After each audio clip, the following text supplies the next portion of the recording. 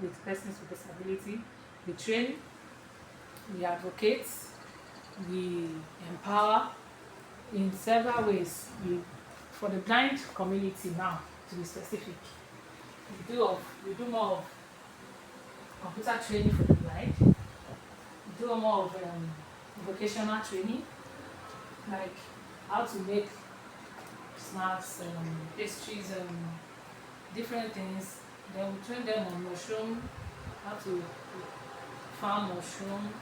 Then we also put them on educational skills for those that we have sponsored so many people to school. We have brought out people who have been forgotten in the villages to blindness. We brought them out to go back to school, that it is possible. Whatever we do, we used to, we are just within ourselves, whatever we can just gather, we put it together to ensure that those lives are back to life and they are doing well. And we give glory to God today. One of our testimony is there outside, one of the parents of one of our students that has lost hope, working with a particular church, and because of blindness was retrenched. But God seems to us, we trained the woman and she got back on her feet, and now she's working with the government. So several ones like that we have been doing. Sometimes we give mobility cane to some people who has not have got the opportunity to have one, just because of the cost of the mobility cane. This one I'm holding. So many of them, many can I mention? So we are just trying our best in our own little way until we now looked at it that we have capacity. When we talk about intellectual capacity, what to deliver to them is not our problem, but the resources we want to use to do all of these things has always been a challenge. Even though we have potential students who are hanging on the neck right now, that all they are praying for is an opportunity to get trained. But we can only admit 2 of them, and recently we have started a computer training with them. We started May, but we have been trying our best to ensure that these 3 months we get the best out of the training. But yet, many are still on our neck, like I said.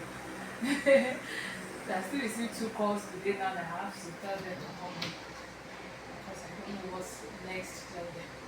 So all of this we now look at it that since we have an organization of like minds in the jdpc, let's see how we can partner together and push this narrative forward and make it a reality that we are able to make some set of blind people independent of themselves, at least to be useful to themselves and to their society. I know that by the time we train one will train another one will train another one. That's the way life goes.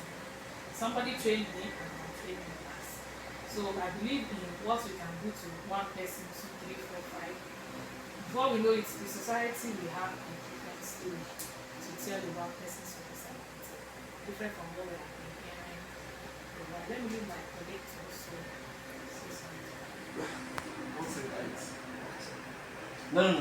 Yeah, go ahead, sir. Once again, I want to appreciate jdpc for what doing. The Bible says something: the laborers are few, the harvest is plenty.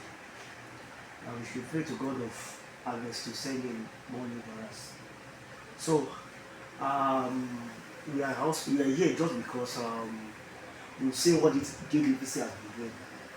As my colleague said, that he was giving us your boss, but as a matter of fact, it's more than once. That should be twice or thereabouts. So, because we're having some training in the park area, so we have to commit our people definitely. So, thank you once again for all the address, the help we've been receiving from you. So, we are here once again just to see how we can increase our capacity. Because as you have said, we have a computer training that we are running, but we are limited in terms of computer.